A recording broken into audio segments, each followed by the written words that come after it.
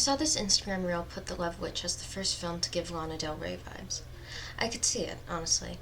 Lana was a major inspiration for Elaine, the main character, but saying The Love Witch is a great film for enjoying the mystical, dangerously seductive tones of Lana makes people miss the actual point of the movie. They start to build up Elaine as their sexy self-insert instead of the narcissist she is. As great as it feels to admire a femme fatale, we forget that her love potions are magical date rape drugs. We forget that Elaine drugs him with a potion, has sex with him, and then abandons him when he gets too affected by the drug she gave to him. When his body can't take it anymore and he starts crying when she leaves, Elaine calls him a pussy, a baby, and says he's not a man, but instead a little girl. Notice how Elaine belittles him by framing him as female. This is the first major character moment of hers beyond the quest for love she has, and it's used to call the man she raped a woman. Do you really want to idolize this film for the vibes, or do you want to understand the message? Afterward, she buries him without remorse beside her used tampon and piss, a common practice for sex magic. It ties the event into a neat little bow that's symbolically intimate but fucked up in practice, especially considering this man died for trusting a hookup. I forgot to mention, Elaine rents a Victorian apartment with the help of Trish, an interior decorator that Elaine gets to know. They have a scene where they sit and drink tea together. The clip is informally titled as What Do Men Want by Rotten Tomatoes, but Elaine's advice to Trish is lost in the comments. I look at the top 10 comments and 9 out of 10 are praising the film for its 60s vibe and the main character's voice and beauty.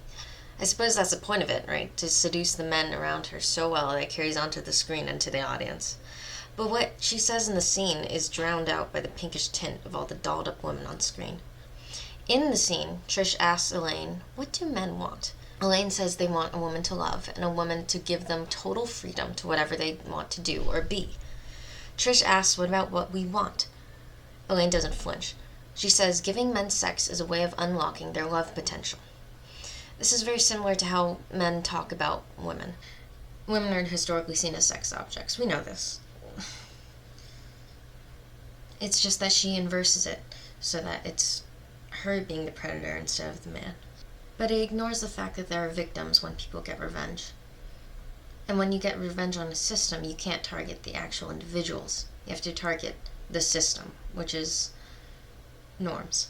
Trish shows the ring on her finger and essentially says, "Richard, my husband, married me for sex, but I can't give it to him all the time or I'll be a wreck." While Elaine sits across the table from the woman who just said, "My husband only wants me for my body," Elaine says, "Poor Richard, he loves you and wants you, and you torture him.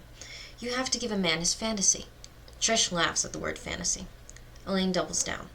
She says, "What I'm really interested in is love. You might say I'm addicted to love. I wonder if all women feel that way." That last line, "I wonder if all women feel that way," is more important than you think. It acknowledges that women can be expected to revolve around love, enough for a love-addicted, or rather sex-addicted, woman to associate needing sex to feel loved to be a universal feeling. Oh, and by the way, Elaine has sex with Trish's husband after. Oh, and by the way, Elaine has sex with Trish's husband right after. Not right after, but a few scenes after. And just like the last time, Elaine cuts him off when he starts getting overly emotional.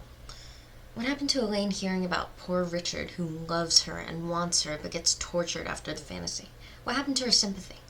The thing is, it was never about poor Richard's fantasy, it was about Elaine's fantasy. In the end, Elaine isn't really, truly punished for what she does. She finds a man, Griff, and Griff tries to bring her to justice. In the end, she sits with his body, a blade in her hand, the one that she killed him with. And the movie ends with Elaine's fantasy playing. Griff and Elaine get married, and she has her happy ending, but it's all in her head. So we acknowledge that Elaine is a self-centered person who doesn't care about what she says she does. If you like the movie anyway, that's fine. Really, I like the vibes too. Like, it's a gorgeous film. I love the attention to detail they added to make it feel so glamorous and delicate, like you're seeing the world through romance. It's fine if you want to root for someone bad, but erasing her bad actions to say it's Lana-coded doesn't make something better. By all means, enjoy it. I like Lana's music, even with the problematic undertones. Or, well, overtones. But when you forget what you're enjoying is problematic, you start to endorse it. So instead of framing The Love Witch as like some dark romance fantasy, you should start saying it's a horror.